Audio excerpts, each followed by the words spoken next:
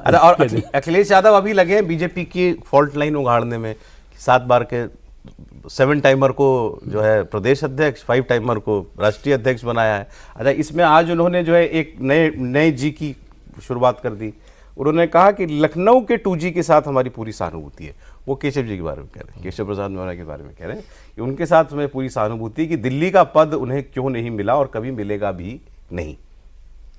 मतलब हर जगह से वो जो है सिलाई उधेड़ना चाह रहे हैं। और उसके पीछे सबसे बड़ी वजह देखें सौरभ, जैसे पिछले इलेक्शन में, लोकसभा चुनाव में कुर्मी वोटर्स का दरकना वो बीजेपी के लिए एक बड़ा सेटबैक रहा। 7 सांसद जीत गए समाजवादी पार्टी के, बीजेपी के 4 ही जीते अगर अपना दल के साथ मिला लें तो 3 और 1। तो जो वोट बैंक आपका होना चाहिए वो उधर दरक के चला गया, तो वो एक बड़ा झटका था। और इस तरह की फॉल्ट लाइन पे ही अखिलेश यादव काम कर रहे हैं। अगर ये election law and order, Hindutva, development पे गया तो बीजेपी के लिए, योगी आदित्यनाथ के लिए कोई दिक्कत ही नहीं है। अगर ये पीडीए जैसी चीज़ों पे, कास्ट के नैरेटिव पे गया तो वहाँ पे अखिलेश यादव भारी पड़ेंगे। पिछले इलेक्शन में वही हुआ कि उस नैरेटिव को बहुत सक्सेसफुली वो लेके गए और बीजेपी का जो अपना सिस्टम था संगठन का, वो उसे न्यूट्रलाइज करने में, काउंटर करने में नाकाम रहा। अब जैसे काम किया, कोशिश ही नहीं की। हाँ, और पंकज चौधरी को जैसे इस बार जब बनाया गया तो आप देखें तो 2 ही वजह समझ में आती है, अन्यथा टिक बॉक्स के हिसाब से देखें तो सब निगेटिव में जाएगा। 2 वजह, पहली कि कुर्मी कम्युनिटी का होना, और दूसरा ये मैसेज होना पार्टी के भीतर कि योगी आदित्यनाथ से इनके बहुत अच्छे रिश्ते नहीं है, राजनीतिक रिश्ते। तो उस कंडीशन में वैसे कार्यकर्ता जो कि निराश हैं, उनके अंदर आप एक एनर्जी देते हैं कि ऐसा नहीं है कि योगी जी जो चाहेंगे वही होगा, तुम्हारे लिए भी स्पेस है तो तुम एनर्जाइज हो जाओ। तो वो एकदम रणनीति के तहत दिया गया। अन्यथा आप सोचें ना कि गोरखपुर से मुख्यमंत्री हैं, गोरखपुर से आप प्रदेश अध्यक्ष भी दे रहे हैं, उस प्रदेश अध्यक्ष को दे रहे हैं जिसका संगठन में काम करने का कोई अनुभव नहीं। 7 बार लोकसभा चुनाव जीतना अलग चीज़ होता, संगठन का आपका अनुभव नहीं था, फिर भी बीजेपी ने इस काम को किया। तो पीछे जो बॉटम लाइन था वो ये 2 चीज़, इस 2 मकसद से उस काम को किया गया। अखिलेश यादव बार बार कोशिश ये करेंगे कि इस चुनाव को कास्ट पे लेके जाएं, और वहां अगर कास्ट पे इलेक्शन गया तो फिर बीजेपी को वहां पे तकलीफ। लेकिन योगी जी जाने दे नहीं रहे। योगी जी उसको घुमा फिरा के फिर लॉ एंड ऑर्डर पर ला रहे हैं, बुलडोजर पर ला रहे हैं। बुलडोजर रुक ही नहीं रहा है, अभी आज भी चल रहा था बरेली में, देख रहा था। बटेंगे तो कटेंगे जैसे कितने नारे वेट कर रहे होंगे अभी, जो चुनाव से 2-3-4 महीने शुरू होगा, अभी तो माहौल तो उस समय बनेगा। दूसरा यादव के लिए एक और समस्या होगी, जो लोकसभा चुनाव में उन्होंने जितने प्रभावशाली यादव नेता थे उनकी पार्टी की, सबकी बैठक बुलाई थी और कहा था कि इस चुनाव में संतोष करो, दूसरी जाति के लोगों को टिकट ज़्यादा देंगे, तुमको कम देंगे, तुम्हारा ध्यान विधानसभा में रखेंगे। अब ध्यान रखने का समय आ गया है, तो रख पाते किसका काटेंगे? हाँ, तो वो एक चुनौती, अब उससे निपट पाएंगे नहीं पाएंगे वो अलग बात है, लेकिन वो उनके सामने ये नई चुनौती है जो इससे पहले नहीं थी कभी। और तीसरी चीज है मायावती का अचानक जो है सक्रिय होने की कोशिश करना, ये सपा के लिए अच्छी खबर नहीं है। मायावती का निष्क्रिय होना बीजेपी के लिए बहुत बुरी खबर थी।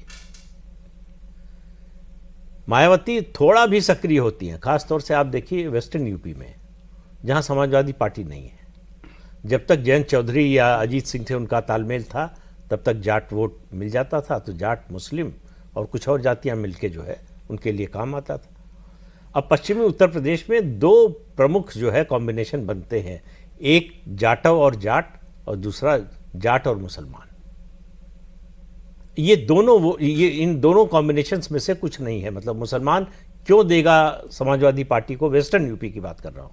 अब तो जयंत भी है इधर, जयंत भी इधर है, तो जाट नहीं जाएगा, जाटव नहीं जाएगा, तो फिर जो है मायावती जागी हैं या किसी ने हिला हिला के जगाया है सर? अब वो जो भी समझिए, हिला के जगाया भी होगा, जागी भी है, अब उनके लिए भी तो सर्वाइवल का सवाल है। देखिए, कांग्रेस और बीजेपी दोनों के साथ वो रह चुकी हैं। सत्ता में जब आई हैं, डॉक्टर जोशी को मैंने फ़ोन किया था कि क्या आप समझ कर रहे। देखिए, राजनीति में ऐसा होता है, मैं कभी कल्पना नहीं करता था कि मायावती को बीजेपी, डॉक्टर जोशी, तो आप देखिए सतीश मिश्रा या ऐसे ब्राह्मण, जब भी हम जिससे बात कर रहे थे, ब्राह्मण वोट को भी कहाँ कहते थे, क्या तिलक ताजू तलवार, तराजू तलवार है ना, तिलक तलवार, ये नारा था।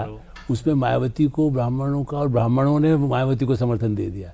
इसलिए मायावती, आपने ठीक कहा कि वो जागी हैं, किसने जगाया हम और आप नहीं बता सकते। सर, अब यूपी, आखिरी के कुछ 2-4 मिनट बचे हैं, तो आऊँ महाराष्ट्र पर एक कमेंट आपको जरूर लूंगा। लेकिन यूपी में फिर ओवरऑल मतलब निष्कर्ष क्या, मामला टाइट है या योगी? नहीं, बीजेपी को बेल्ट कसने की जरूरत है। अच्छा, मतलब अगर 2024 की तरह निश्चिंत बैठे रहे तो बहुत मुश्किल होगी। महाराष्ट्र, बिहार दिल्ली और हरियाणा की तरह जाग गए तो आसानी होगी।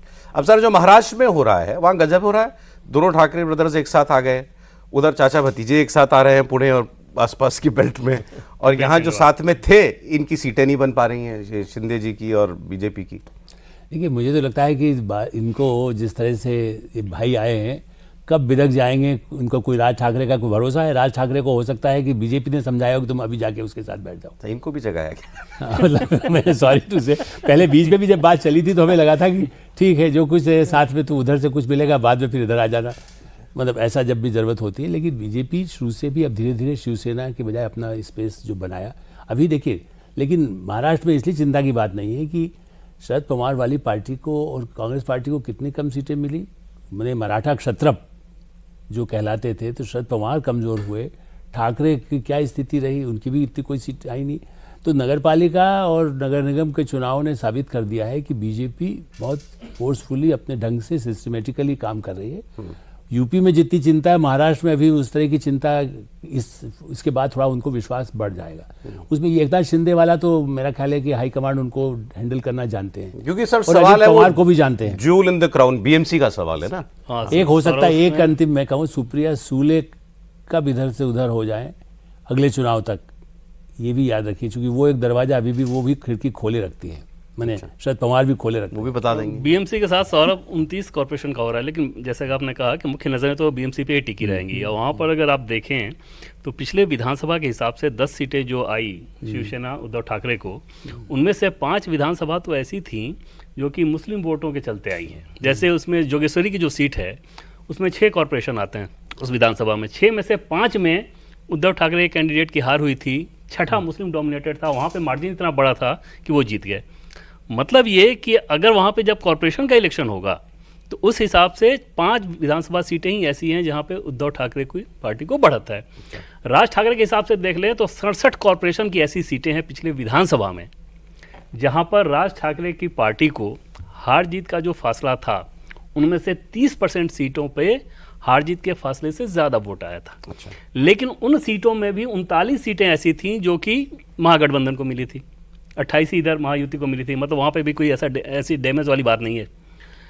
राज ठाकरे के साथ आने से जो नॉन मराठी वोटर्स हैं, पहली बात तो ये उनके अंदर बहुत ज़्यादा पोलराइजेशन होगा। दूसरी चीज़ कि ऐसा नहीं है कि मराठी वोटर्स में आप महायुति यानी कि बीजेपी और शिंदे पीछे रहेंगे।